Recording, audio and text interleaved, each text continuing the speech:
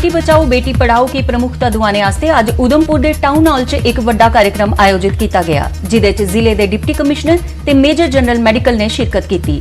तियां की बचाने ते उन्हें पढ़ाने वास्ते ते उधमपुर च पौने वाले ग्राएं च कुड़ियां दी बददी स्कूल ड्रॉप आउट रेशो की रोकने वास्ते इस कार्यक्रम च जानकारी दिंदे होई एक सीडी रिलीज की गई ते इस दे परैंत एक साइकिल रैली का भी आयोजन किया गया।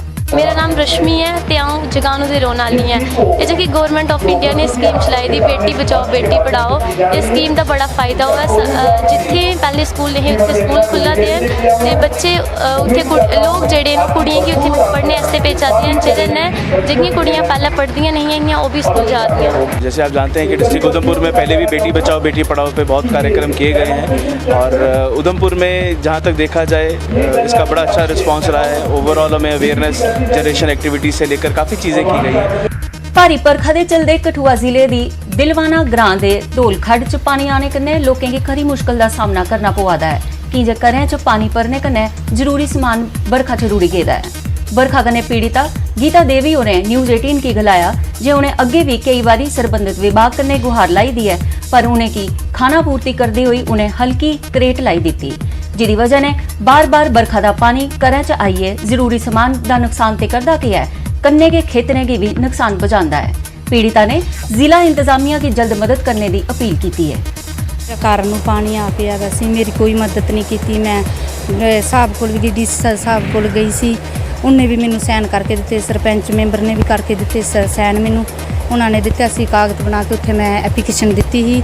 उन्होंने आख्या भी फ्लैट को जाओ, उन्होंने को मैं पहले भी गई सी। उन्होंने एक मैं 3 दफ़ा हो आई, 3 बारी मैंने दी सी उन्होंने एप्लीकेशन, उन्होंने कोई मेरी मदद। जम्मू कश्मीर च सुरक्षा एहतियातें च इंटरनेट सुविधा के बंद होने कन्नै कठुआ जिले के विद्यार्थियों वकीलें ते व्यापारियों की खासा नुकसान हुआ है।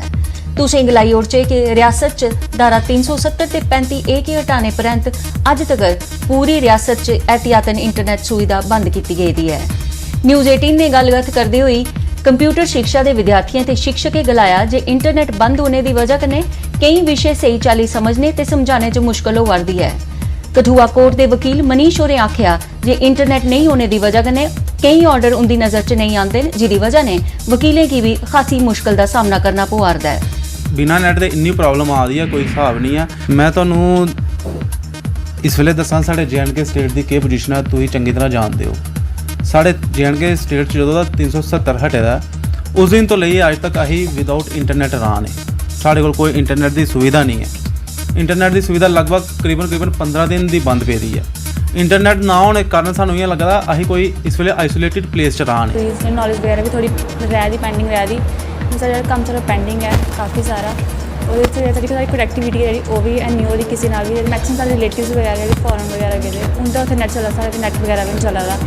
विभिन्न अस ट्रेड ट्रेनिंग देने, पर खास कर ज़्यादा बच्चे साढ़े कोल कंप्यूटर लाइन ने। बट टैक्नोलॉजी युग होने के कारण असें स्मार्ट क्लासिस के थ्रू पढ़ाना पौंदा। बट अज की डेट च सानूं इन्नी दिक्कत आ दी, सानूं जेह्ड़ी क्लासिस ने वो बोर्ड वाइट बोर्ड पर लगाने पवा दियां। ओह्दे कन्नै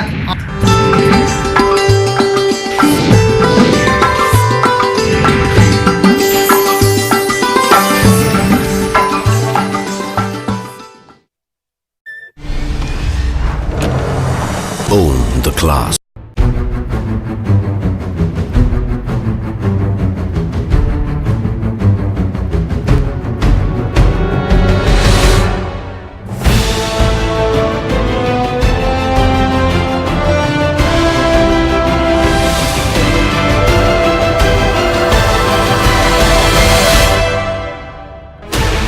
Sixteen channels, 15 languages, 26 states, 1200 plus reporters, 66.9 crore viewers. India's largest news network, News 18 Network.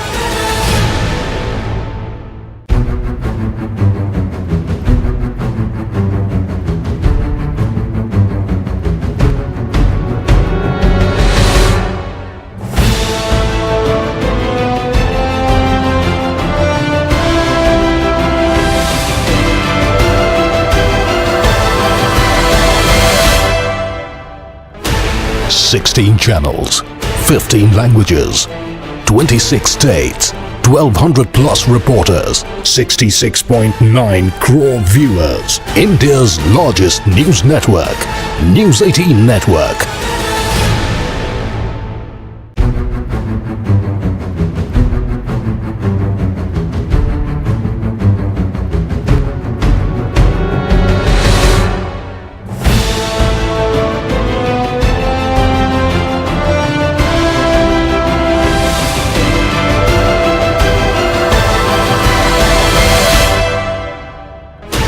Sixteen channels, 15 languages, 26 states, 1200 plus reporters, 66.9 crore viewers. India's largest news network.